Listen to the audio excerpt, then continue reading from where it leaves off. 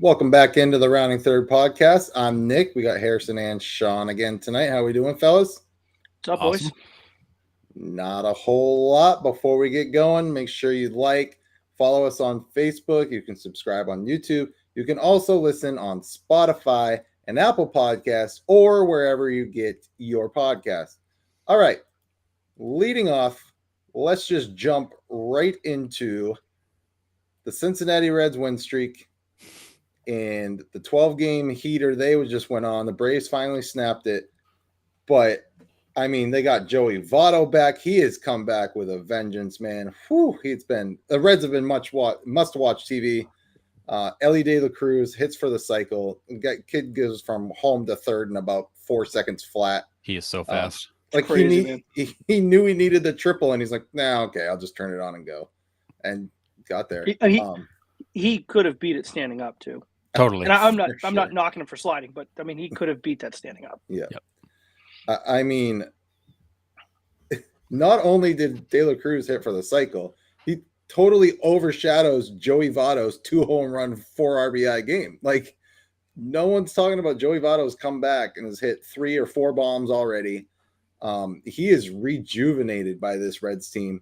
Yep. And I mean, everyone's 24 and under. I mean, he looks young again. I'm glad Votto's back to enjoy these young guys. And man, they are fun to watch right now. And Joey Votto's been begging for years for this team to be competitive and to bring in some energy and excitement. And boy, do they have it now. And him coming back, like we talked about last week, he only makes that team better. That veteran presence, that calming presence, his personality around that team, it's only going to make things better. Yeah. Yeah. I mean, it's I look at what the Reds are doing now, and I think the Reds can be kind of an example for what fans of the Reds. I mean, I know, we talk about the Red Sox a lot on here, but the Reds had some, with Jonathan India, Jesse Winker, and Hunter Green. I mean, this is 3 years ago. They had some good young pieces, and people are going, oh, why aren't the Reds going for it? Why aren't the Reds going for it? Oh, my God. They traded away Jesse Winker, Jonathan. And I did the same thing. I was sitting on here on the show saying, what are the Reds thinking? I mean, they got these young pitchers. They got Jonathan India. Why are you trading away Jesse Winker? And it's just they had a vision, and they're sticking to their vision. And they knew the guys that they had, and they knew the talent they had coming up through the minors, and they had a plan. And they stuck to their plan. They stuck to their vision. And I'm not saying it's going to bring them World Series this year, because it probably isn't. I'm not saying that. But, you can see the plan they had coming to fruition. You trade away Luis Castillo, give 4 prospects in return. Nielvi Marte still isn't even up with a big club, and that kid's legit. I mean, well, we think. And that's the thing about baseball, right? Like, you just never know. I mean, like, that's why baseball, I should say, more than all other sports, if you have a guy that's a sure thing, you'll lock him up. A guy like Rafi, you'll lock up. But with that being said, you get as many prospects as you possibly can, because it's a crapshoot. I mean, some guys are more promising than others. Don't get me wrong, certainly, right? But at the end of the day, it's a crapshoot. Most guys won't make it. So it's just a numbers game. The more guys, the more options, the more availability you have of these guys, the better your chances of hitting on a few of them. And the Reds are just, I mean, you look at the guys that they're bringing up through their system, and they're getting these guys through trades, through draft picks, through just accumulating the amount of just the more opportunities you have to develop these young kids. And it's coming to fruition now. And I'm hoping that this is going to be the Reds for the next 4, 5, 6, 7 years. That'd be fantastic. Yep. Yeah. The Reds are doing exactly what the Rays have shown everybody to do, which is just stockpile young people in the system and sort through them. Who's going to make it? Who's not? And you get them through all different avenues. It's trades, it's free agent signings, it's Rule 5 picks, it's whatever source you can find them. You just stockpile young players, put your development people on high alert and figure out who's going to make it. And they've got an amazing crop of young guys coming up, and apparently they've got a lot of talent behind them too. And I agree with you, Sean. I'd love to see the Reds be like this for the next 4, 5, 6 years, because they just keep rolling talent through. Yeah, it's kind of the example that we've been talking about with the Rays, right? Like they stockpile these minor leaguers, and some of them are going to hit eventually, and then they all come in waves. Like there's 3 or 4 young guys that are coming up making an impact. I mean, Reds have had 3 before Lodolo went on the IL, but they had 3 legit rookie of the year candidates. I mean, you still got Spencer Steer, who's knocking the crap out of the ball. Ellie De La Cruz is obviously going to be rookie of the year running. Nick Lodolo was in the running for a little bit till he got hurt. Graham Ashcroft, and don't let the numbers fool you. That's right. If you watch him, and I'm not Tom House, right? I'm not some pitching guru, but you watch a kid like that, and it's like he just has it. He's got good stuff. He seems to have the mental makeup. It's a guy that you look at in the next 3 years, and you're like, oh, the Reds have it going on the staff. Yeah. You know what I mean? Like I think it's an exciting time to be a Reds fan, and I'm excited for Reds fans because they've had to put up with such bad baseball for so long. Like it's finally good on them, for putting up with it, and it's fun, man. To see that stadium sold out this weekend with the Braves was so cool. So cool. Well, and another, we talked about attendance being up across Major League Baseball last week. Having big fan bases like the Reds with a reason to get excited to come out to the game again is a huge reason. Like that is a fan base that has been dying for a winner for so long. I mean, think about the life of the Cincinnati sports fan. You had the Bengals and you had the Reds who spent years in the basement. And now those 2 organizations have both come back around.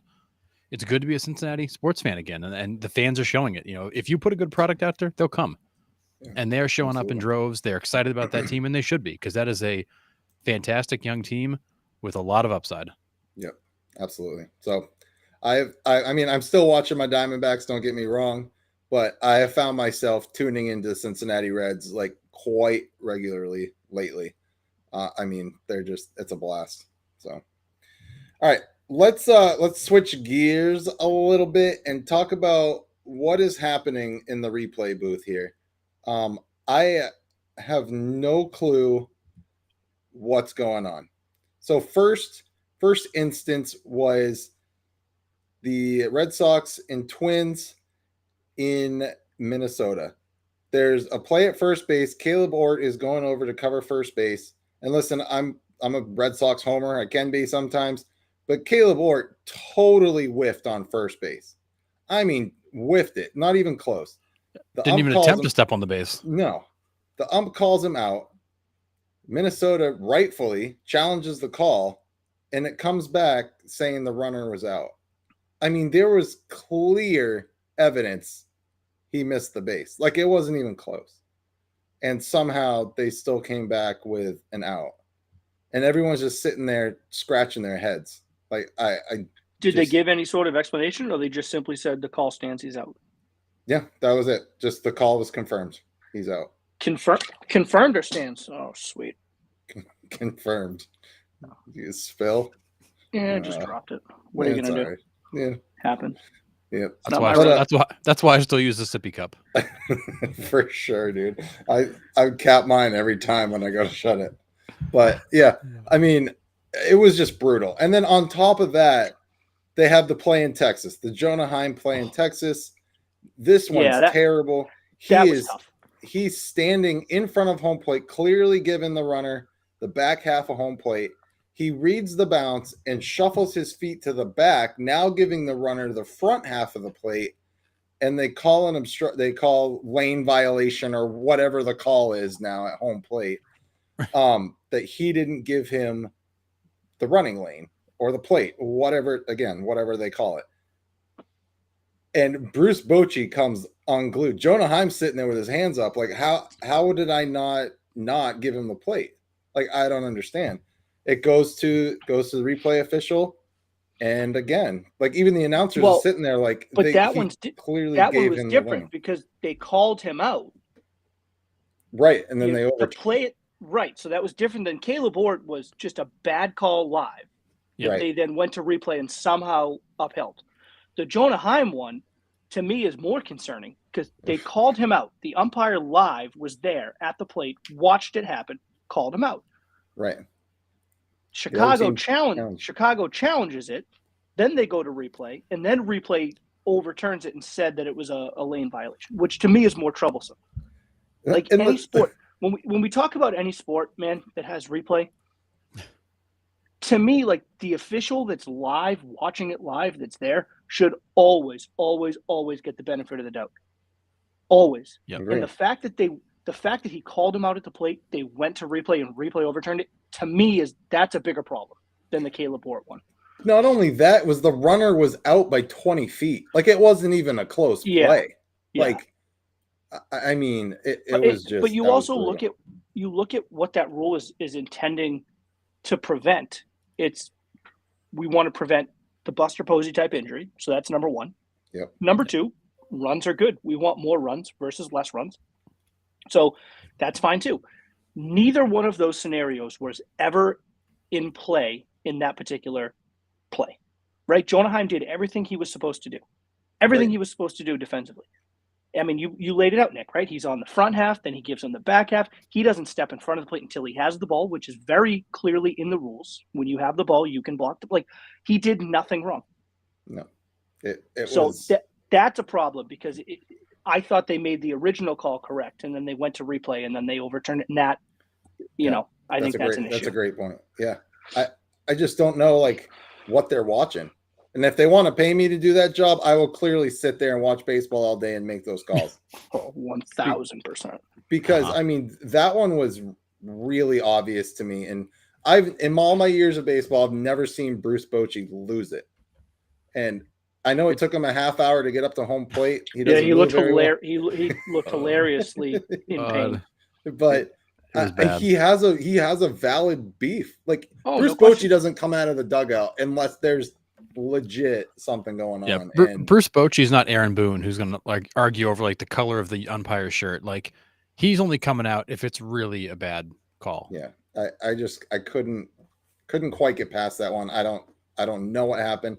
Don't know what's going on in the replay booth. But and I feel like we were talking about this before we went on. I feel like that's one of those rules that is like unnecessarily gray and vague. Like there's a lot of interpretation to whether or not he was actually taking the path away, and I feel like those become coin toss calls because it's all dependent upon who the hell's looking at it and who's interpreting what. It's not. It's like ruling a catch in the NFL. Like nobody knows what a catch even is. Everybody's interpretation is different. Which is why I'll back up what I said. You have to go with the umpire on the field first and foremost. Yep. And which is why this is why you need umpires. It's why you need officials there because like these things happen so quickly and you can slow anything down slow enough to make it look like Jonah Heim was in the way, right? Like if you do anything in slow motion, it looks like he's blocking the plate. Like run it live, like be there live, like watch the play live, be there with the years and years of training and experience that you've had as an umpire. You're in that scenario, 99.9% of the time, you're going to make the right call. Yeah. You're going to make the right call. And that's why you are at that level. And replay is there to take away the egregiously wrong calls. Right. Replay is there to give Alejandro whatever, to Armando give him his perfect Galarraga. game. Thank you. That's why replay is there. So that they could have gone to that and he could have got his perfect game. Yep. Like replay is not there to give the White Sox a win because Jonah Heim potentially screwed up on some technicality like that. And football's gone to it, and football I think has gotten too replay heavy, and baseball seems to be getting that way now. And I don't know. I don't like it. And I don't even care about like the comment, like the ruining the flow of the game. Like that is what it is. It's just like you're making bad calls. Right. Ultimately, I mean that's with replay. You're just making bad calls. Like umpires are part of the game, man. Bad calls are part of it. You're gonna over the course of a season, you're gonna probably come out even. Calls that go your way, calls that go against you. But now, I mean, the Rangers have a legitimate gripe for having an extra loss in the loss column. Then they should. Yeah, they do. A legitimate gripe. And they can't sit there and go, oh, it was a bad call, because it was a bad call. But it was a bad call via replay. That was originally the right call. So what the hell are we talking about? Right. Yeah, an umpire on the field wasn't even the one that messed that up. Like somebody in the booth in New York screwed that up. Now you have a gripe, and it's only going to get worse from there. So do you think they go over and put the headset on and be like, hey guys, what did you think about that last play? Like, dude, not going to be honest. I was watching San Francisco and San Diego. I didn't see that one at all. We'll just call him safe. Yeah, dude. Like, The White Sox been chirping at me all night. We got to throw them a bone here. Can you go fix that? I mean, like, man. But I that mean, was it's but bad. to Sean's point about flow of the game, like I don't care about the flow of the game if you're going to fix the egregious call. Correct. But if you're just going to review crap, it gets a little annoying. But the other hard part with that play with replay is the fact that you're looking at that play in a vacuum. You're not looking at the angle the runner was coming in, how Jonah Heim adjusted, where the throw was coming from. There's so many variables that are like 30, 50, 100 feet away from the play that as an umpire, you're interpreting that on the fly. Replay guy doesn't even see it. He doesn't see the angle the throw's coming in. He doesn't see, where it necessarily is going to hop before it hops to see why Heim was where he was. They didn't see the fact that the runner took an extra round path around third base and was coming in a little bit deeper, which changes his angle, right? Exactly, which changes where Heim. Right. Heim was positioned well, but if the runner goes in or out, he can't control that. He's got his back to it. So You're right. there's too many variables there to try to review that play in a vacuum and say, yeah, he was blocking it, because you can't see the angle of the other activity that was coming towards him. And again, we will say the correct call was made on the field. It was 100%. And then they go to replay, and replay overturns it, which is just egregious in my opinion. And yes, I'm a Rangers fan, so yes, I'm biased. But that's not even a bias. That's just the wrong call. It was just the wrong call. Flat out. Right. It was a bad call, period. Yeah. Absolutely. Yeah, I don't know how you fix it. I don't know. I think you're right. Like, replay's gotten too heavy. They're relying on it too much. Teams are like, hey, we have one in the back pocket. Let's just throw it out there. So that's see what that's happens. the problem. Yep. That's the problem. And you look at, and I think hockey has probably done the best job as far as a sport is concerned when it comes to challenging, because there is a negative impact to getting a challenge wrong.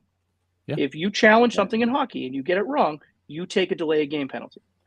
Yeah. So you can't just throw out a challenge for the sake of throwing out a challenge. You have to be pretty sure and confident that you're going to get your challenge right. Yeah. It's the only sport that does that. Yeah. But how do you do it in baseball, right? Like, you just Right. if you get the challenge wrong, you lose a run. Like, you can't do that. So like they got to come up with something. But I agree with you, because you're now, if there was let's put it this way, if there was a negative consequence to getting a challenge wrong, there is no shot on the planet that Grafal challenges that play. No shot. No. Yeah. Why would he? Wouldn't have been worth it. It wouldn't have been worth it. Right. Why would he? But there's no negative impact. There's no downside. So he's like, yeah, I might as well throw it out and see what happens. See what kind of mood New York is in. It's crazy. Yeah, I agree. All right, let's move on to series from last week. We'll start off on this one because I just think it's absolutely hilarious. But the Angels beat the Rockies in that one game 25-1. There was back-to-back home runs on 3 pitches. You know what the crazy stat of that game too is? Trout and Ohtani only had 1 hit apiece. 1 hit. Yeah. Ohtani struck out 3 times. He was 1 for 7. With 3 Ks. Listen, I bet the Angels take that. If those guys just get 2 hits, but they put up 25 runs, I think they'll take that every day. But for sure. obviously not going to happen. But this is the stat that really blows my mind. The Angels outscored the Rockies in that series 32-12, and they lost the series. I mean, yes, obviously the 25-1 lopsided victory is the reason why, but they lost the other 2 games. You look at that on the surface. You average 10 runs a game and you lost 2 out of 3. It just seems nuts. It's a very Angel stat. It's terrible. Well, it is. It's the random stuff the Angels seem to come across. My goodness, it's crazy. I mean, for a team that actually has been good, like that team's actually been good, been competitive. Just a weird series. Yeah, I think the Angels are what they are at this point. I don't really see them getting any better. I don't see them getting any worse. I think they're just kind of skating where they are for the rest of the season. That's where I see them going. They're a team that's going to hang around. Are they going to necessarily make a big push? Probably not, but they're going to hang around. Yeah. And then Cubs-Cardinals series in London. It's always pretty cool when there's like a special venue, like Field of Dreams the last couple of times. The Mexico City game earlier this year, that was absolutely crazy. But the Cubs and Cardinals in London, there was a good turnout. Sorry. Nick's out of control over there. My God. No, it's my dogs are going nuts. Good turnout in London. It almost looks like the Red Sox Yankees. It seems like a lot of fans are flying over to London for vacation. Yep. And kind of doing that, which is great for London, right? I mean, London's getting a whole bunch of people in for tourism, raising money. But I don't know if you saw any of the Tim Kirchin reports and stuff on the sideline. He's like, what do you know about baseball? And he goes, like, guys are like, you mean like cricket? Like, yeah, they've no yeah, idea. Sure. Like, just no clue. They have Like, no I know idea. what rounders is. And it's like, well, I don't even know what rounders is, but it was just pretty funny. But I mean, I think it's really cool when MLB is trying to do that. I know they're trying to get a series in France, hopefully. I know they're playing in Korea, I think it is next year. So it's cool that they're starting to take it globally and realizing that baseball is a global sport that a lot of people are following. But yeah, it is. It's important to continue to expand the game, spread the game, get it in front of more people in more areas.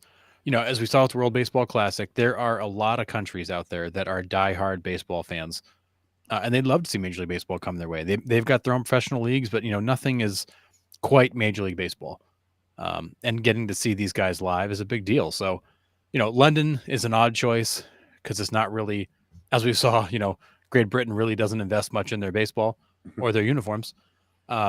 So, you know, that side of the, you know, that section of Europe, there's not really a lot of love for baseball, but other areas there certainly is. South America, there is certainly when you get out to the Asian countries, there's a lot. So it's good to see them continue to get it out there and get these players more exposure.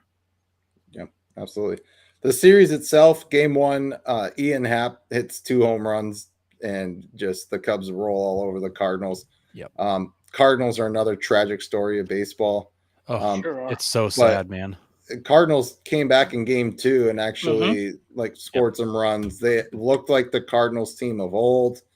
But man, they are making mental and defensive errors all over the place. Like a team that the Cardinals had what, 5 Gold Glovers on their team last year? It was like 4 or 5, right? Yeah. I mean, you had Goldschmidt, you had Arenado, you had Yachty, he's not there. Yachty, Right. you had Nolan Gorman, but he's not there. Gorman, and you had, I think you had one more, but Tyler O'Neill, not Tyler O'Neill. O'Neill, yeah, was he one? Oh, I'm pretty, or a finalist at least. Yeah, but I mean, these guys are kicking the ball all over the place. They look, they do not look like the St. Louis Cardinals that we're used to seeing. That's for sure. Yep. And what's amazing with the Cardinals have scored 354 runs so far this season. They've scored the second most runs in their division. They've outscored teams like Houston and the Yankees. Like, this is a team that has been hitting. They just can't get people out. Mm-hmm. The pitching can't get people out. And when the pitching actually gets the ground ball, these guys are booting stuff around. Like, it's a real struggle out there. And that team should have been at least as good, if not better, than last year's team based on that makeup of that roster. And they're just a hot mess. Yeah. I am skeptical of Tyler O'Neill's injury here, right? I mean, we heard all that stuff go down with Marmol and Tyler O'Neill, and he just goes on the IL, and we haven't heard anything about him. I don't know why he's on the IL. I mean, it could be a significant injury, but at the same time, like, it's just kind of weird that it happened after, you know, that whole scene went down with those two. But yeah, maybe I still don't think he makes. I still don't think he makes the impact for that Cardinals team that they need right now. They are struggle. The issue for them is not hitting. You know, they're hitting. They're just not. They just can't get anybody out. Yeah, crazy. And then just to bring in my Diamondbacks, they are the only MLB team right now to have not been swept in a series. Oh, and they've got a 2.5 game lead on San Fran now, 3 up on LA. Like, they're just kind of cruising along. Yeah, they lost 2 out of 3 to the Giants. They had a chance to really gain some ground there. But so that knocked them back, you know, a game. They were up, I think, 3.5, 4-4 at that point. Yeah. But Giants kind of came in.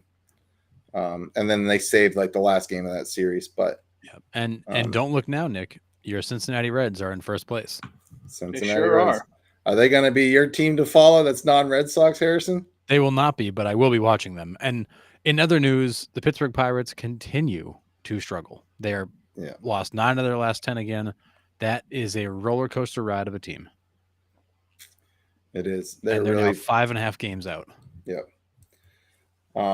What about do you guys have any other series this week that the Red Sox had kind of a dreadful week? They did not have a very good performance this week. They were like 4 games over 500. They're back to 1 game over 500. This team they're all over the place. I will say right now they're tied for first in the AL Central with the Twins, and in 5th place in the East. Yeah. Red Sox are 13 games out of this division, and they'd be tied for the AL Central lead.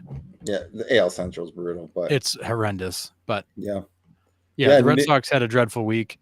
The Yankees continue to get more bad news, and they've been scuffling too. The Mets are scuffling; they've really fallen apart. The Padres were on a run there. They had a dreadful week.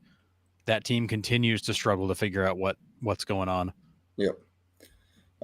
Nick Fanning just commented recent news of potential Andrew McCutchen moving to Texas is the latest rumor. Texas has showed interest in Andrew McCutchen. I hadn't heard that, but I guess it makes sense. That would be a sign. This morning. Yeah, that'd be a sign. Pittsburgh saying, "Yeah, it was a good run, but we're, we clearly don't have the legs for this," which I don't think they do, but I do think they're going to hang around. Also, just in case I'm completely misreading this, I don't think Tampa's been swept either. Okay, so Tampa and it could be the only team in the National League. National League that hasn't been swept. But unless I'm misreading this schedule, Tampa's certainly lost some series, but I don't think they've been swept. It doesn't look like they've been swept. Okay, so it must have been National League then. So, so Diamondbacks in the NL, Rays in the AL haven't been swept. But, I think that news of going back to McCutchen is interesting because, he's so excited to be back in Pittsburgh. And it was almost kind of like this is his swan song, I'm here, I'm thinking about probably hanging him up either this year or next. It would be interesting if Pitts was just like, you're going to go to Texas. Well, unless he's chasing a ring. Unless they've come to him and said, hey, look, this is where we're at. We can get you out of here to go to a contender if you want to go. I don't necessarily see him asking for it, but doesn't mean the team didn't approach him and just say, hey, we could help you if you want to. I mean, to me, I don't know anything more than anyone else on this podcast knows, but this screams to me more of like a team like Texas reaching out. And if I'm Pittsburgh and Texas is going to unload some potential prospects maybe, and I have a chance to take the young, good core guys that I have now, and I've locked up some guys, and we got O'Neal Cruz coming back, and we got him locked up for the time being because he's so and if I have the opportunity to unload a guy like McCutchen and bring in a few more prospects to just pad that, why wouldn't I do that? Yeah. I see that more as the other way, like a team like a Texas or someone reaching out being like, we are one piece away. Yeah. But right. I mean, we're like one piece away from being like, hey, we can get some additional depth in the outfield. Yeah. You know what I mean? I don't see it as McCutchen being like, hey, I want to get out of here and go chase a ring. No, I don't think McCutchen would ask for this. I think if anything, the Pirates are saying, hey, we could help you get out of here if you want. I mean, the Rangers may have reached out, but I mean, the Rangers have the best freaking offense in baseball. No disrespect to McCutchen, but I don't think he makes that team significantly better. Oh, I don't know. A veteran guy like that can just go in and just settle the nerves of a locker room. And I mean, veteran presence is a whole lot when you're coming down the stretch. I mean, you're a team that you thought you were going to be good. Obviously, you went out and got Bruce Bochy because you thought that was a big piece, which I agree at the beginning of the year. I thought Texas was going to be much improved. But, you've dealt with some injuries, the DeGrom stuff, and pitching's been great outside of that. But, DeGrom has been a bit of a disappointing part of the season. But you've got guys playing real well. Simeon's playing well. Corey Seager's playing really well. You can add a veteran fourth outfielder, a guy coming off the bench like McCutchen who can do a lot of different things. He can go in as a defensive replacement. He can pinch hit. He can still run a little bit if you need him on the base pass. He just kind of does a lot of stuff. That would be a real nice piece for Texas to add. I think that could put them over the top in the American League, quite frankly. Yeah. I mean, especially getting them out of the West. I mean, I know the Astros are still there somehow with Alvarez gone. Altuve was gone most of the time. Yeah. And Or Well, they're Urquidy just just good, got his IL stay It's- got extended. it's literally just the next man up for the Astros. Just everybody they put in the lineup like performs. It's They're just sickening. good. I hate it. Give me They're- some new blood in there. They've got Um, no shortage of good players just kicking around. Yep. All right. How about series for this coming week? Reds and Orioles right off the top. I mean, that one's going to be, a series of young guys slugging it out. That one's going to be fun. That's going on now, isn't it? Well, it is. Game one They're today? delayed Yeah. right now, Right. but yeah. Yep. Oh, they are. Okay. Rays at the Diamondbacks. That's going to be a There you good go. one. Yeah. Rays D-backs will be a good one. Yeah, I was hopeful that Houston St. Louis would be worth watching, but I think St. Louis is just going to get steamrolled. I'll say Giants. I think Giants in Tampa too. That starts tomorrow. I mean, the Giants are a team that you just The Giants are in 10 games Toronto. isn't that what I just said? I thought you said Tampa. Oh, if I did, I misspoke. Yeah, I meant Toronto. Sorry, misspeak. But I mean, that's 10 wins over 500, 44 wins for the Giants, who are kind of sneaky in that sense. Yep. Like Yeah. it was a team that was a bit disappointing last year. We weren't really sure who they were. They didn't really make any major moves. They tried to, right? They tried Carlos Correa. That didn't really work. Conforto, I Judge. mean, that's been a guy. Yeah. They tried Judge. But they tried to make big moves and they didn't. And next thing you know, they're second in the division behind a team like Arizona. But Right. going to Toronto, I don't know, man. That could be an interesting one. And that's good. I mean, they're on early too, so I don't have to stay up late to watch the Giants. Yeah. This is- Tampa Bay wraps up with Arizona, then goes to Seattle. Oh, so they're fully out west. Yeah, they're there, fully out west. I mean, that series will be okay. Seattle is not as good as they should be either. That team's a couple games under 500. They were improved. They got some young guys that are not quite hitting like they were last year. Miami and Atlanta. Miami is an interesting story. Atlanta is clearly the juggernaut in that division, but I think that'll be a good series. It's a really good chance for Miami to take a little gut check and see where they're at. Well, don't Atlanta forget Miami's over the- Miami's got 3 games against the lowly Red Sox here at the beginning of the week. Yeah. Doesn't matter. Over the past 3 years, Atlanta has owned that team. Big Yeah. time. So much Owned so. them. It's So gonna much continue. so. To the point where it's like the Padres just couldn't beat the Dodgers, no matter how Yep. good anyone was playing or how poor. Like this is kind of how Miami and Atlanta. I picture Atlanta just dominating that series, but I Yep. could be wrong. All right. I like where Nick's head is at. Yeah, Future World Series preview, O's and Reds. I mean, not a bad prediction right now. If they can I keep those I will teams say in. I will say my non-Red Sox team this year is the O's. Okay. Done. I mean, it's fair. Weird that it's in the division, but okay. It is, but having gone down there to see him live, I'm like, yeah, I'm an O's fan. Harrison's like, I ain't Oh, they're staying the up for those West Coast games. Screw that, dude. Forget that. I'm This picking West one on Coast the East stuff Coast. is nonsense. It's a I'll beautiful go with- ballpark. It's a good team. Yeah. I'm with you. I'll go with I'm the with you. O's. I I'd wish love I to go could with the watch it. Reds. I just don't. I honestly don't think that they can play like this all season. But boy, it's a hell of a lot of fun. Enjoy it while you can.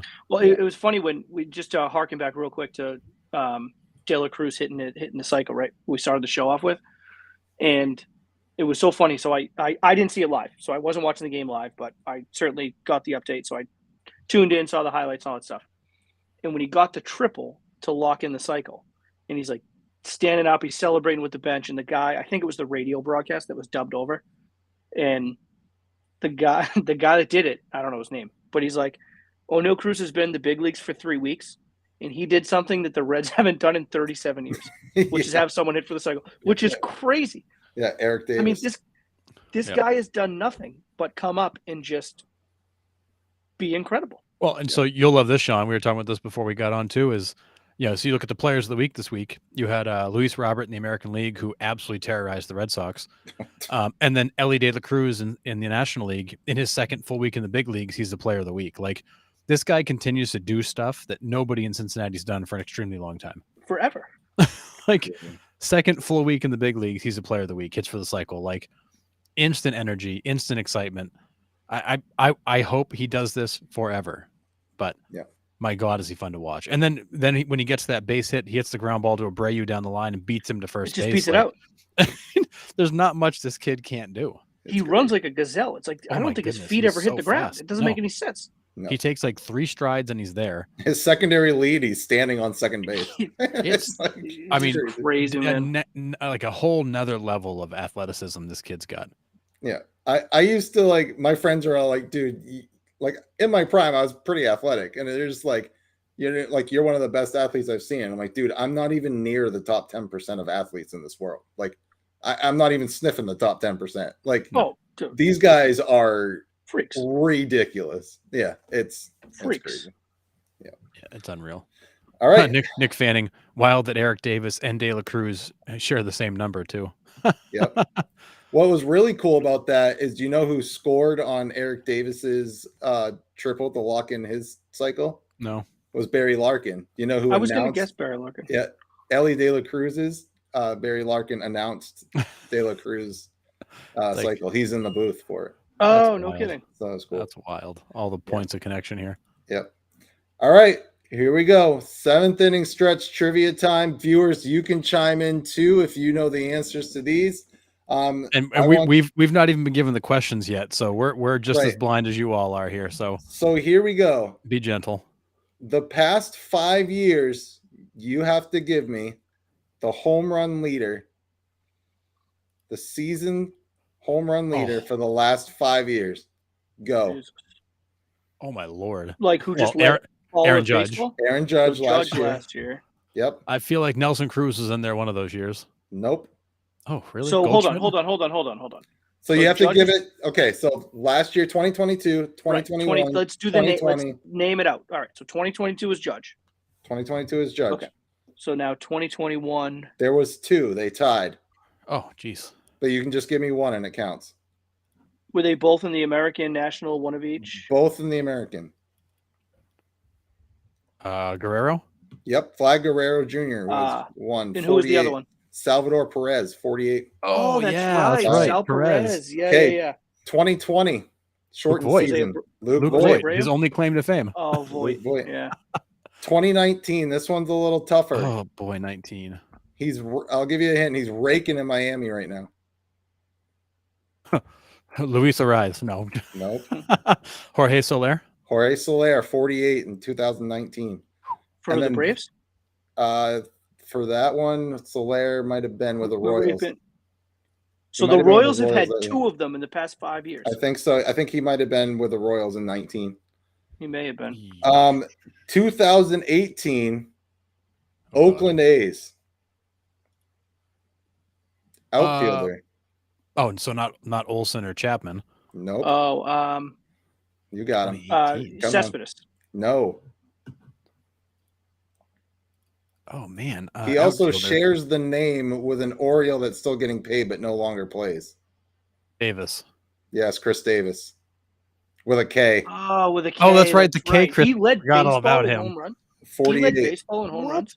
Yep. 48 home runs. Yeah, in Chris Davis, 2019. 48 home runs. Yep. That's amazing. All right. Here Wow, we go. That's a one-hit wonder right there. Staying in the home run category. Now, there's a lot of names on this list. You guys just got to have to name me off 5. All right. Jesus. Hey, Four- hold on. Real quick question. Why is it that Nick never has to do the trivia? Why is it that we have to look like idiots and you just get to ask the questions? You come up with the questions during the week. and I I'll mean, do it. Done. I mean, I Done. hate to say it, but he, the podcast was kind of his idea, so I guess Done. we're kind of at his mercy a little here. All right. So next right, go week, ahead. you come up with the top 5 list and Done. I'll play along. Perfect. right. Shawnee's on it. Go. Give me 5 names, 5 players that have had a 4 home run game. Oh, Jesus. boy. I know. Nomar. Nope. Poppy. Yes, he had. Nope. Manny. Wait, ever? Ever. Nomar did against the Mariners. 4 home run game. Yes.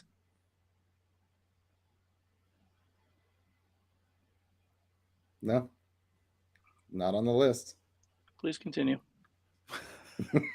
Keep going. Oh God. All right. I said Manny. Was that a no? No. No for Manny. I know Sean Green had one. That one. Sean Green. Yep. Okay. Say, please tell me. I remember watching that game. Reggie Jackson. Nope. JD. Yes, Nick. JD Martinez? Yep. JD Martinez for the all right. Diamondbacks. Josh Hamilton. Josh Hamilton. Yep. I think he did it twice. Did he do it twice in his career? Oh, I don't No, know. he did it probably at least once. How many guys, Nick? You've got 3. Yeah, but how many guys have? Yeah, how done many it? guys in total? You have the full list. I do. 1, 2, 3, 4, 5, 6, 7, 8, 9, 10, 11, 12, 13, 14, 15, 16, 17. There's 18 guys that have done it. Oh boy. Jesus. And for the record, I was wrong. Nomar hit a 3 home run game and a double against the Mariners. So it was 3 home runs. Oh, ridiculous. So I was wrong. Oh, yeah. All right. Well, you have the answers, man. It's easy for the guy with the answers. I was pretty. Well, I said was pretty no. Sure I'm know, gonna go. I was pretty sure, but I was. I'm So we going have- all timers. Like Willie Mays must have had a 4 home run game. Yes, Willie Mays. Yes, is one. Babe Ruth. No, we have Willie Mays. We have Sean Green. We have JD Josh Martinez. Hamilton and JD Martinez. Maybe one more. Carlos Delgado. Yes, nice one. Oh, with Good. who? Carlos Delgado had a bunch of 3 home run games. I figured he must have had a 4 in there. Yep. So Carlos some other Delgado. names. Some other names that you would know. Scooter Gennett. He did it for the. He did it for the Reds. He had that one. Yep. Mike Cameron for the Mariners. Oh, that's right. And those are bombs too. Yep. Mark Whitten for the St. Louis Cardinals did it in '93, and then Mike Schmidt. Oh yeah, okay. For the And then a Padres, bunch yeah. of guys in the 1800s. But Lou Gehrig was also an all-timer that hit 4 in a game. So, wow, pretty cool. Yeah. I'll save those next 2 for next week. So, but oh come on, you're not going to give us one more? all right, I'll give you one more. Here Let's we go. go. Give me the last 5 AL MVPs. Judge, Shohei, Yeah. Judge Judge and Shohei. Shohei, Jose Abreu. Jose Abreu. Abreu was 2020, right? Yes, sir. Yeah. So Judge was 22, Shohei was 21, So Abreu we're was missing 20. 18 and 19. So we're missing 19 and 18. Wow. I feel like I should know these. 2019. Sal Perez wasn't the MVP, was he? No, Yeah, sir. I didn't think so. Okay. Yeah, no. You're gonna Trout. Trout has to be in there, right? Trout, Trout. Yeah. 2019, and then 19. 2000, What season we missing? 2018. We're missing 18. Oh, it was Mookie Betts with the Red Mookie. Sox. It was, Yeah. yes. Yeah. I was like, wait a second. We There both go. got Trout and Mookie all both at the same time. Trout and Yep. Mookie. So those are the ones I had for this week. Sweet. All right. I'll save that one for next week or the week after. No. since Sean's Yeah, I was gonna say next week Sean's all I'm over on deck next week. All right, here we go. All right, Browning third question of the week was if you could take a player, which player would you bring back during their prime to play in today's game? This is a great question. This is a hard you question. it's great though because you can go in so many different Oh, I directions. know. Thank you. Like, I've to had a me, couple good and ones the last couple weeks. I'll give you one. I've got a few kind of that I'm going through. Number one, I'd love to see in today's game, just because of it's strikeout or home run, feast or famine. Give me Nolan Ryan. Give me the guy that just would strike everyone Yeah. out. Like, And let me would see pitch, that. throw 150 pitches. Right. Like, let me see that today. Yeah. Just every 5 days, this guy's just yakking 150, striking out 18, 19, 20, 21. Like, that would be cool to see. What was that game against the Red Sox? He threw like 236 pitches or something like that. Like, Something gross. Imagine today's game. Like the GM's like, dude, what are you doing? He just threw 240 pitches. He comes out after the 5th, and the manager's like, "We're gonna go to our long relief." He's like, "Fuck, you are." I'm going back out there, man. That's exactly Right? Nolan Ryan would have been fighting his manager if he came to get the ball in the 6th inning. There's He no would way have you're Robin getting that ball. Ventura his ass. Yeah, you're not getting the ball. He would have gone Trevor Bauer and thrown it into the seats. You want the ball, go get it. Who else? I'd like to see Ricky Henderson in today's game, like this year with the like the bigger bases, the pitch clock, obviously the running game is coming back. I'd like to see Ricky in his prime, just swiping bags. I mean, it's June 26th, dude. He'd have 60 bags stolen by now. Easily. Yeah, Brian Sawyer said that. He goes, I can't even really imagine watching Ricky in today's game. Like, they're going to throw over twice to try to pick him off. Oh, yeah. Before he has the Then chance at that to point, take off. he's going to walk to second because he knows you can't come again. I mean, crazy. He would exploit the hell out of that and run like crazy. Nick Fanning just said Roberto Clemente for Yeah, sure. good I one. mean, he's one of my all-time favorites, if Yep. not my all-time favorite player. It'd be awesome to see him. Doug said Ken Griffey Jr. I mean, obviously, like he's got the swag. He had the athleticism to play in today's game for sure. Chris Buckner said Bo Jackson because Bo knows Bo. So, I mean, his athleticism again, I think, could translate. But a lot of Ricky Henderson definitely in today's game. I feel like Bo Jackson is a guy whose game would translate better to today's game than it did when he played. When he did play, yeah, because he was so athletic. He played a different style of baseball that probably fits in better today. But yeah, that's a good point. I'd love to see Ted Williams hit. I'd love to see that guy put on a clinic today because I still think he'd go up there and hit in the 330 to 350 range probably because there's just you're not going to get that guy out. No. I'd love to see a guy like Tony Gwynn in today's game, a high contact, high average kind of hitter. Another guy that I'd love to see, and he hasn't even been gone that long, is Ichiro. Like the guys that hit like that, there's just not many of them anymore. The guys that could work a count, but would ambush a good pitch and get a hit. But also their hitting style too, I think, in theory, should work quite well against the pitching style of today. Is just pound strikes and get strikeouts. But these guys didn't miss a lot of balls, they would have got a lot of pitches to hit. Oh, for sure, I totally agree. Guys like Ted Williams and Tony, they knew the zone so well. Ichiro. They knew the zone so well, and they were so understanding of what was a strike and what was a ball, and they would have gotten a lot of pitches to hit, and they just would have just placed them out in the outfield. I mean, it would have been interesting because today's game is just all about strikeout. Yep. It's all pounding strikes to get Ks. That would have been an interesting one, yeah. At a hundo, and then I'd love to see just two bonus ones here. I'd love to see like Cy Young and Walter Johnson to just settle the debate of what those guys could actually do. Like how does the pitching of that era translate to today's game? Yeah, and Babe Ruth to that level too, Nick. I know you're coming with that one's mine. Babe Ruth, just to prove to everybody that he wasn't the absolute Bambino hitter that, I mean, obviously for his era, he was the best hitter, but there's no way that hitch and that awful swing would translate today's game. No, I'd love to see an adjustment, I'm sure, but there's no way. Yeah, it'd be great to see some of those old time greats, play today, just so we could compare what was, because I have no idea what the game was like in 1918. Wasn't there to see it, and there's very little footage of it, but it'd be cool to put those guys in a field today and just see how they line up. Yeah, absolutely. Yeah, and it's not just it's today, like over the course of the past 15, 20 years, right? Like the technology by itself has evolved so much to these guys. Like you have pitchers now, particularly starting pitchers, that are setting guys up from the first at bat to the second at bat. Like I can't imagine they did a whole lot of that back when Babe Ruth was playing. No, it's not right. Like you're not right. And I mean, what do I know? Again, we weren't there to see it, but I can't imagine these pitchers are chess matching their way through these at bats and I'm going to face him again. And you set these guys very openly now are setting up at bats from one to the next to the next.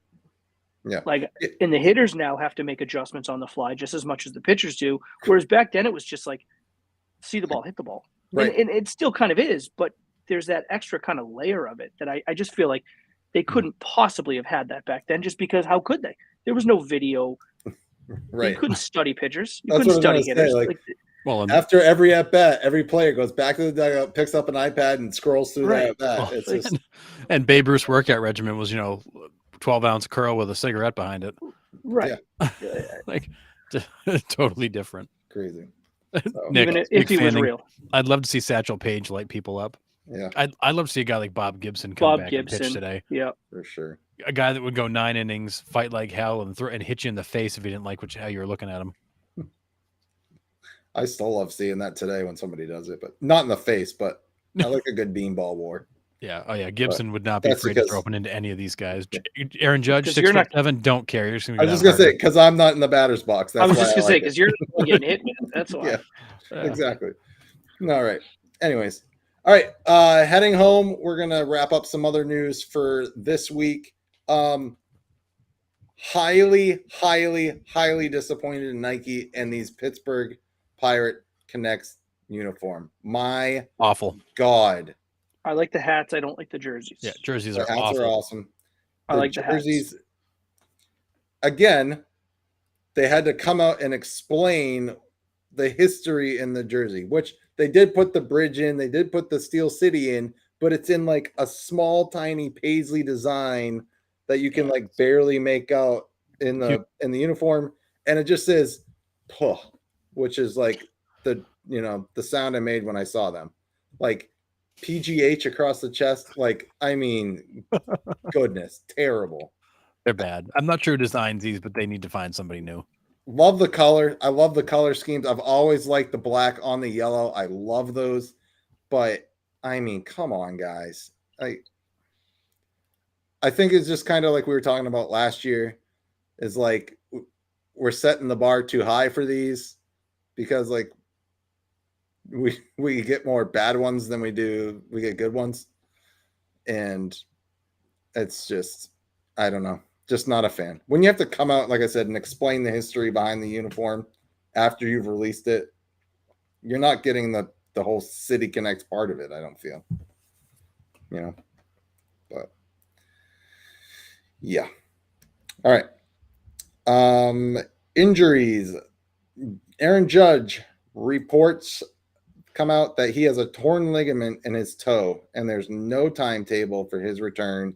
So bye-bye Yankees season. Because they're a mess without him. I mean, nobody seems to know how to hit without him in the lineup. I mean, Stanton came back; he's been a mess. Donaldson got benched the whole weekend to try to let him sort things out. I mean, that team is a disaster.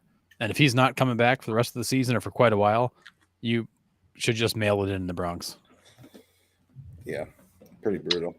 Yeah, I mean, it's tough for them. I don't know. We're 52 minutes into this. I could go 52 minutes ranting on the Yankees. Aaron Boone still is a terrible manager, for the record. Yeah, he is, man. And I got pretty hot under the collar when I sent you guys that video earlier in the week. He's on this podcast, right? And it was the Red Sox game, the Sunday night game in Yankee Stadium. So not last Sunday, but 2 Sundays, or I guess at this point, maybe 3 Sundays ago. But it was the Sunday night baseball on ESPN, and it's in Yankee Stadium. Yeah. So it's the top of the 8th. The Red Sox are down 2-1. The Red Sox have a guy on third base. And Boone played regular depth infield. And it was a ground ball to second base. Run scores, ties the game. They get the out. So it's now bases empty, 2 outs. Game goes into extras. The Red Sox win the game in 10, and the Yankees lose. And the guy on the podcast is asking Aaron Boone, like, live, I was wondering, like, why not infield in? Like, why are we not going infield in to prevent that from happening? And Boone is just incredulous that someone would question his baseball genius about keeping the infield at regular depth. And he goes on and on about how, well, it's the 8th. We have 2 more at-bats. We get the bottom of the 8th and the bottom of the 9th. In no scenario would I ever bring the infield. He's like belittling this guy who's simply A, asking a question, and B, in my opinion, quite correctly, questioning, why are you doing it a certain way when the way you've been doing it has not been bringing the results that the organization and the fans have been wanting? And he prefaced it as historically bad offense.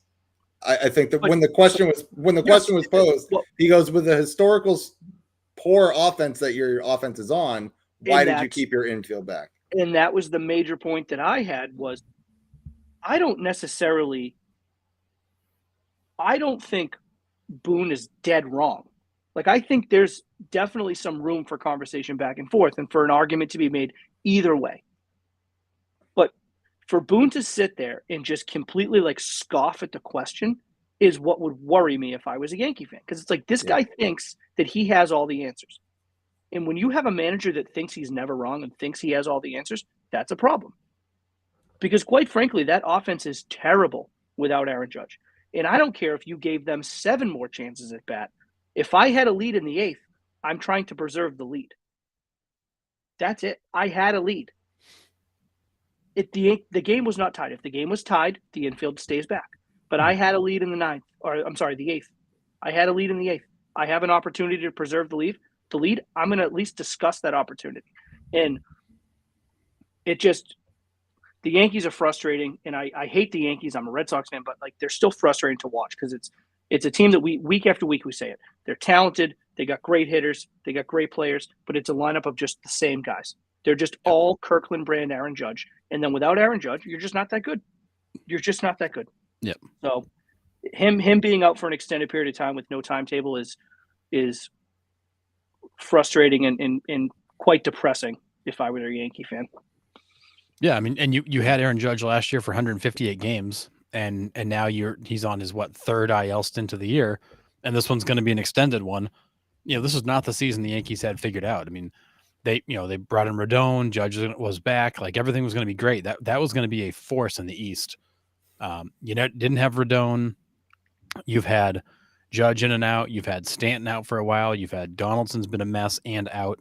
Like this team is it's injuries and poor performance. Like it's a nasty combination, and they're in this vicious swirl right now where if Judge is out, there's nobody to pick up the torch and carry it. They're just going to have to fight their way through it and see if they can keep their head above water until he does come back. Yep. And I mean, he might have just caught Boone at a bad moment too. Like Boone's feeling the heat. Well, for sure. Time, I mean, like I feel like that's like rookie manager level decision. So like you're in the 8th inning, you bring the infield in, ball hit at the second baseman, get the guy, the guy doesn't go home, get the out, you live to play another out. You put the guy back. There's no scenario where you get that guy at home now, unless the ball's popped up or hit on a line at somebody. A ground ball, he scores no matter where it goes. Like you've eliminated the opportunity to cut that runner down or stop them from going home completely. But there's also nobody else on it. It was runner on third. It wasn't first bases loaded or second and third where like a base hit scores 2 or, preventing a big inning. There was already one out. There was a guy on third. There wasn't a guy on second in that scenario? No, I'll relook. I'm pretty even if there was, sure it probably. Well, second and third. You you've got to stop the base hit. Yeah. Right. Second and third. I'm pretty sure the reason why I was so adamant. I'll look it up now, Nick. The reason why I was so adamant is I thought it was just third. If it was second and third, it's a little bit more understanding because a single then gives up the lead rather than just giving up a tie. Right. I shouldn't say give up the lead. It puts you behind rather than tie. Right. So I get that a little bit more. I still think it's worth the discussion, but I get it a little bit more. I'm pretty sure there was just a guy on. You might be right. For some reason, I was thinking there was a guy on second. But either way, I mean, when you draw the infield in, you are taking away a lot of range. It's not like it's not like it's a tie game and the go-ahead run is at third. You know what I mean? If the go-ahead run is on third for me, I'm definitely coming in with my infield. If it's just the tying run and I have 2 more at-bats to get the lead, I might have faith in my team to do that. Now, right, but the Yankees are historically bad right now. They can't score runs. So that's a lot of pressure they are putting on guys that already can't score runs. But like you said, Sean, it's like not necessarily the scenario. It's how Boone handled it in that situation. But yeah, I'm not entirely sure that I'm not sitting here dying on the hill that he made the wrong call. Yeah. No, it's a judgment. But I think that the host of the podcast, I don't know his name, so I was this the John Boy podcast? Probably, I don't know. I just started the clip baseball one, I think. But yeah, John Boy Media. Yeah. Okay. I think he has every right, and I think he is in every position to ask the question. Yep. To say, hey, what's the thought process behind surrendering the run for an out? It's an offense that's been struggling in the Yankees. Yes, I understand you get up, you're having 2 separate at-bats. Like you get up in the 8th, you get up at the 9th, 2 opportunities. I recognize that over the course of 162 games, that many at-bats will render this amount of runs. We can go back to the Moneyball statistics. I get that. Mm-hmm.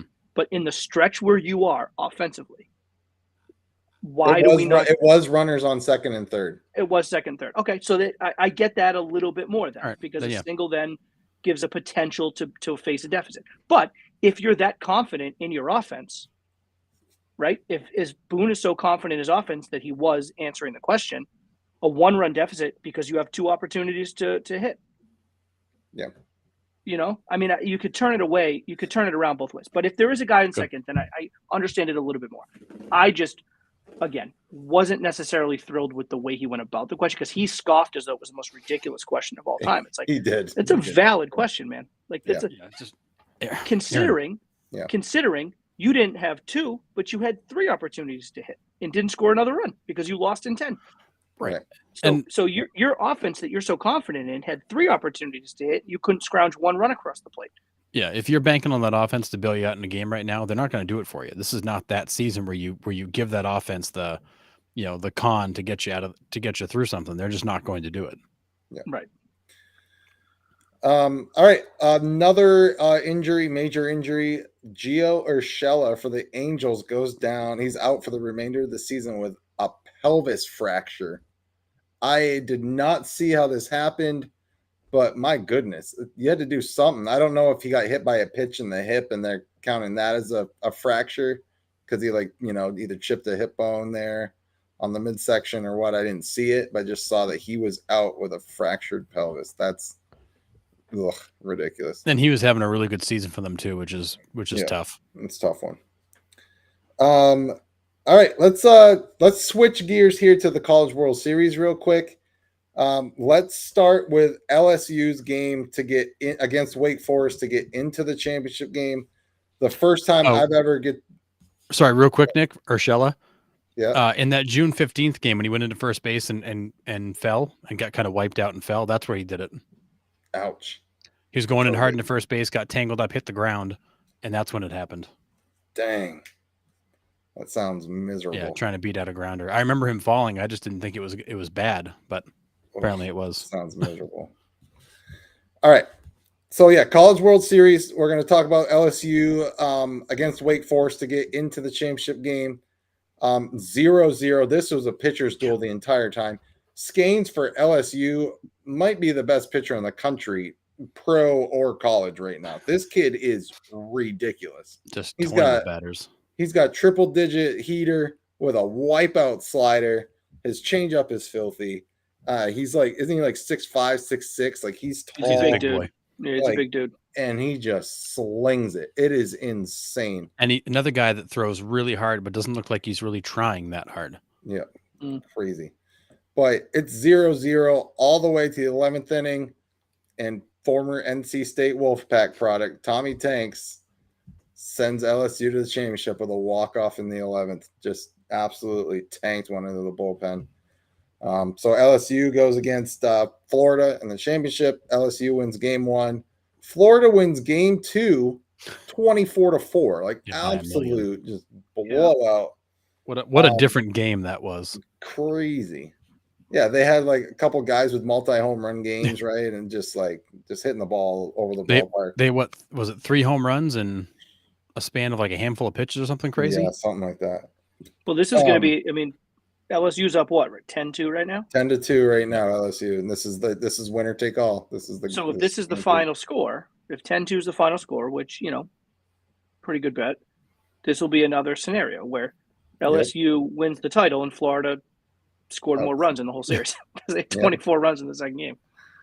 Crazy. So probably to help with the Gio Urshela injury, Eduardo Escobar is traded to the Angels. This is probably why Escobar went there, because it just happened this week. It's a great utility guy to add to that Angels roster. Well, they also picked up Moustakas when they were in Colorado. Yeah, that's crazy. I love that meme of like Homer Simpson. He's out there in a Rockies uniform, and then the Angels win 25-1, and he fades backs into the bush. And comes out with an Angels uniform on. I mean, literally, the guy played one day for the Rockies, and then was in the other clubhouse the next day with the Angels. Yeah, it's so crazy, so cool. George Springer for the Blue Jays becomes the second all-time in leadoff home runs with 55. He only trails now Ricky Henderson, who hit 81 in his career. 81 leadoff home runs for Ricky Henderson. It's crazy. I mean, I knew George Springer had a lot of leadoff home runs. I did not realize he had that many, though. That's impressive. Yeah, same. Mookie Betts has a handful too now too. Yeah. He hit like 3 over the weekend. It was insane. Or would have had 3. He got robbed on one of them. Yep. But yeah, crazy. Robbed, nasty 54. robbed. Yeah. Freddie Freeman for the Dodgers got hit 2,000 last night. Is he going to be our next 3,000 hit club player?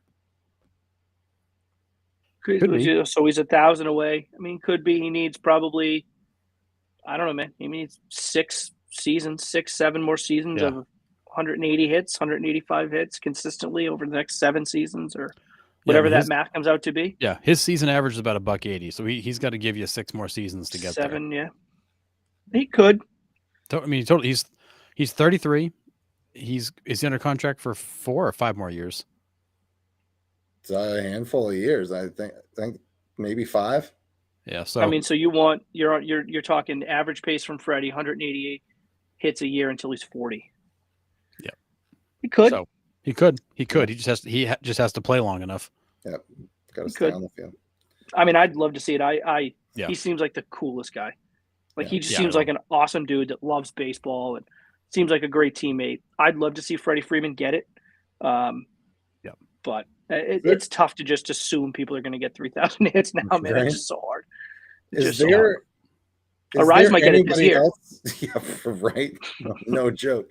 Is there anybody else right now that's active that could make even a bid for it? I know we looked at it maybe a few months ago, but we did. Let me pull it back up. Yeah. I can't think of anybody off the top of my head that would have. I mean, everybody else is where he is. Joey Votto's at 2098, Nelson Cruz is at 2049, Elvis Andrus is at 2036. Yeah. McCutcheon's at 2009. Altuve's at 1961. And how old is Altuve? He's roughly the same age as Freeman. But Altuve too, you got to worry. I mean, the injury. I mean, he's a small guy. Yeah. You know, all it takes is, I mean, he had that wrist injury there. I mean, he might never fully come back from that. You might never see the same Altuve again, at least at the plate. Yeah, no, it's true. Mike Trout, again, 16, 14. Mike Trout's young, but injuries. Yeah. Manny Machado's at 1659. He's 30. I don't think there's that many guys that are really. Yeah, you're asking these guys to have the same production from their 30 to 40 years as they did from their 20 to 30. 20 to 30, which is just a ridiculous thing to ask. Yeah, they got to keep up a pace that is a lot to ask. So yeah, I mean, think about it this way. Let's just break it out this way. Miguel Cabrera. Okay, Miguel Cabrera's 40. Miguel Cabrera has 3,119 hits in 11,581 plate appearances. And he is arguably one of the greatest right-handed hitters of our generation. Right. But he also came up when he was 18 and not like 22, 23. He got 4 extra years. 21 years. Right. But that's what I'm saying. To strictly break that down and to say we are asking guys like Manny Machado to be better than that in their 30s. Like, that's just crazy. Like, that's right. It's a ridiculous thing to ask. So I really don't think so. I think, again, Freddie Freeman's probably the closest we get. Freddie Freeman's got 2,000 hits and 7,721 plate appearances. So, again, I mean, he's just going to have to average the 180, 185 hits for the next 6 years. Yeah. Which you're asking a guy at age 40 to still be hitting 315. It's a lot.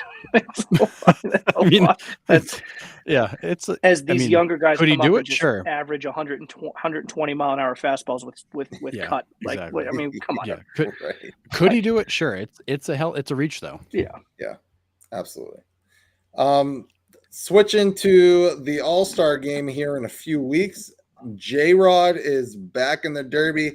His announcement was pretty cool, but we kind of knew he was going to be back in the Derby. It's the All-Star game's in Seattle, so it's kind of a no-brainer, really.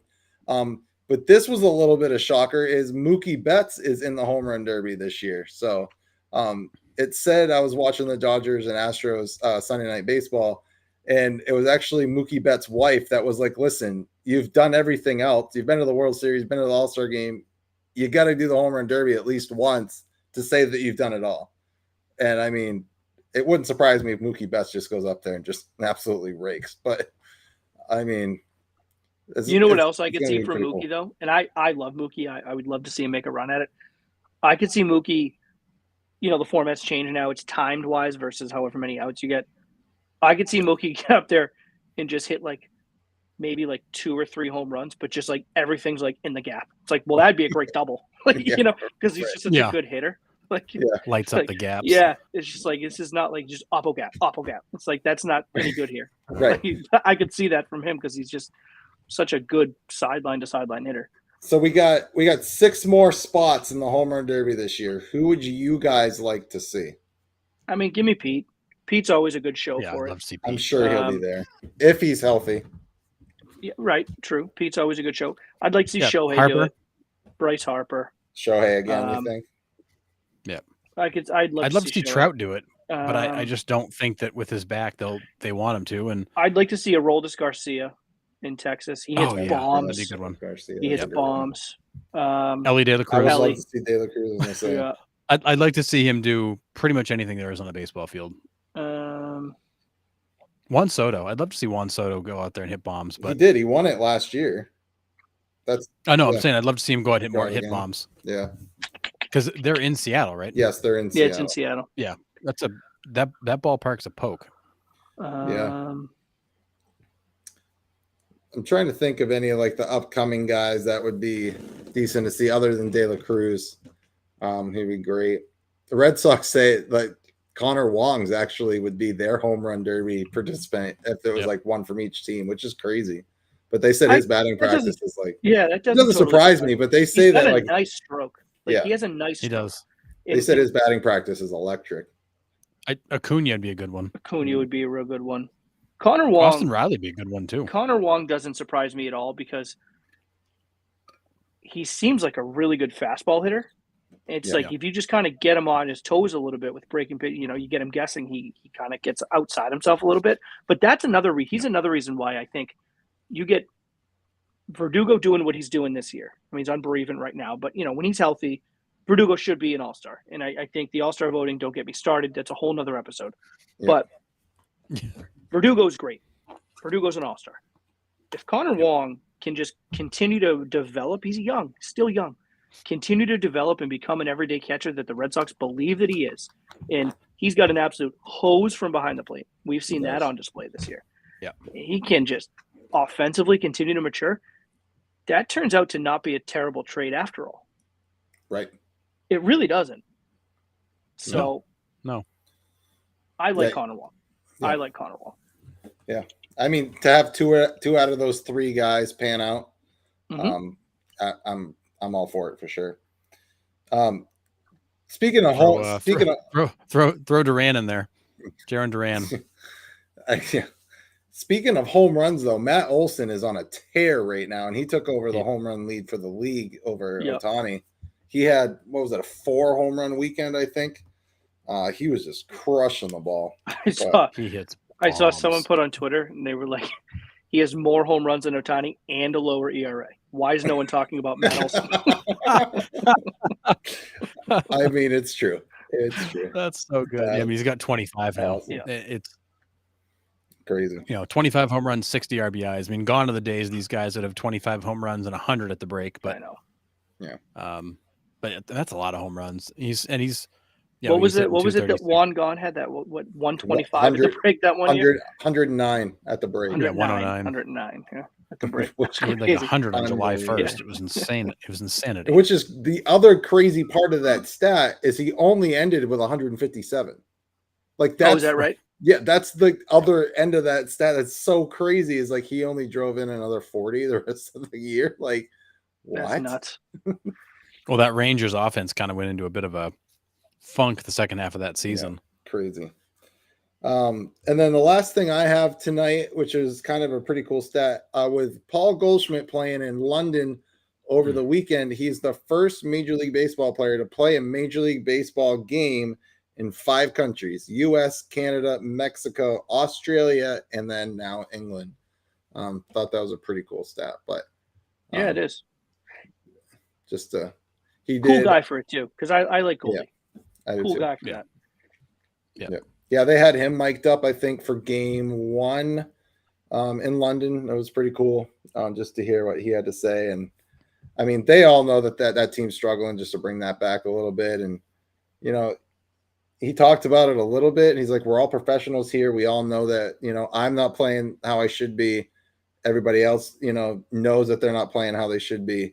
Like, we're not dumb. We know what's going on. We know what we have to do. We just have to go out and execute. So, I mean, but yeah, all it takes is for Arenado and Goldschmidt to get hot, and that team's going to turn around. And as awful as they've been, they're not out of the NL Central, which is it's crazy. I mean, that NL Central is still wide open. The Cardinals could go on a 10-game, 11-game win streak and be right back in it. Like, that's the crazy part. So, yeah. You guys have anything else for tonight? I got one thing real quick. They announced the futures game rosters, and you've got 28 players on these teams are in your top 100 prospect list. There are some seriously talented players in this futures game. One of the headliners to it is Marcelo Mayer of the Red Sox, who's the number 5 overall prospect in baseball. It's deep. You got Jackson Holiday's in there, who was only at high A, but he's considered the top prospect of that group. Lot of big time pitchers. Keep your eye out for Jackson Chourio for the Milwaukee Brewers. He is a stud. He was in Carolina Mudcats, which is high A, I believe, last year down here, and then now I think he's in Double A in Wisconsin. I think they are. But yeah, he's good. There's some serious talent on this team, so yeah, it's going to be fun. But phase 2 of the All-Star voting is out. Of course, it's all fan voting, I believe, but it's narrowed down the list, so you're not getting the stray votes. You're just pretty much voting for starters, I think, at this point.